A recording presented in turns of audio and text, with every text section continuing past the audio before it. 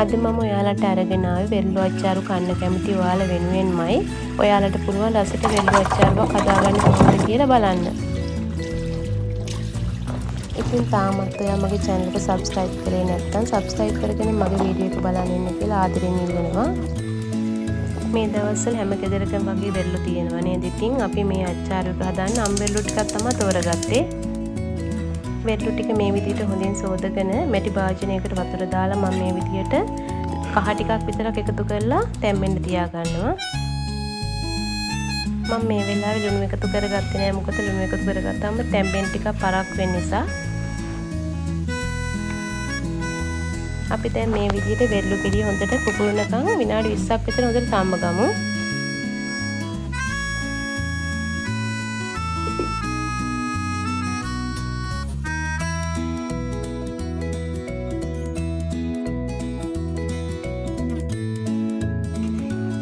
දැන් මේ ඔයාලට පේන්නේ විනාඩි 20කට විතර පස්සේ වෙරළු එක. දැන් මේ වෙරළු ගෙඩි ටික හොඳින් පුපුරලා තියෙන ඔයාලට පේනවනේ. දැන් අපි මේ වෙලාවේ භාජනෙන් අයින් කරගමු.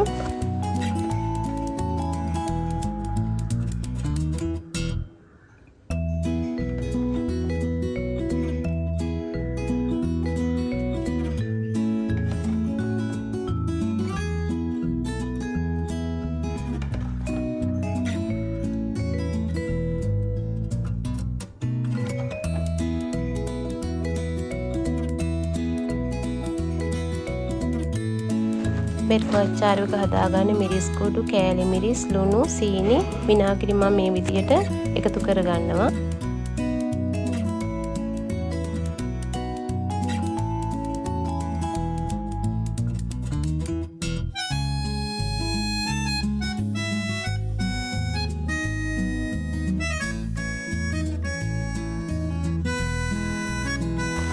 දැන් මේ වෙලාවේ භාජනයක් ලිපේ තියලා මිරිස් කුඩු, කෑලි මිරිස්, සීනි, ලුණු එකතු කරගෙන ටිකක් රන්වන් පාට වෙනකම් බැදගෙන මම ඒකට විනාගිරි එකතු කරගන්නවා.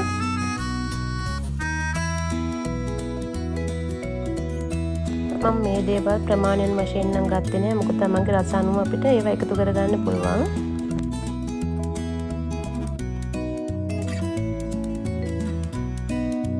අච්චාරු එක ටික දවසක් තියාගන්න ඕන නිසා තමයි මම විනාගිරි එකතු කරගත්තේ.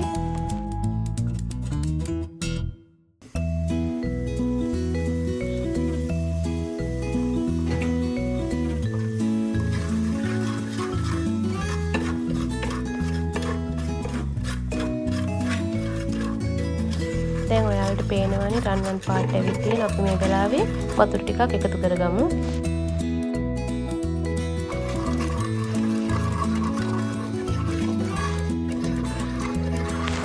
දැන් ඔයාලට පේන මම මේ වෙලාවේ පැණි මිශ්‍රණය හොඳින් උතුරනවා. ඉතින් අපි දැන් වෙරළු ටික එකතු කරගෙන මේ විදිහට හොඳින් කලවම් කරගමු.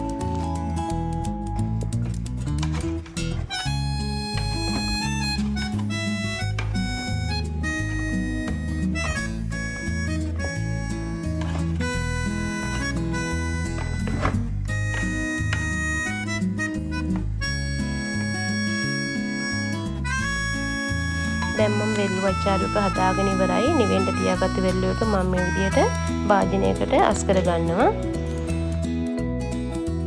ඔයාලටත් පුළුවන් මේ විදිහට රසම රස වෙරළු අච්චාරු එකක් ගෙදරදීම හදාගන්න. එහෙනම් අදට මම ගිහින් එන්නම්. ඔයාලා හැමෝටම සුබ දවසක්.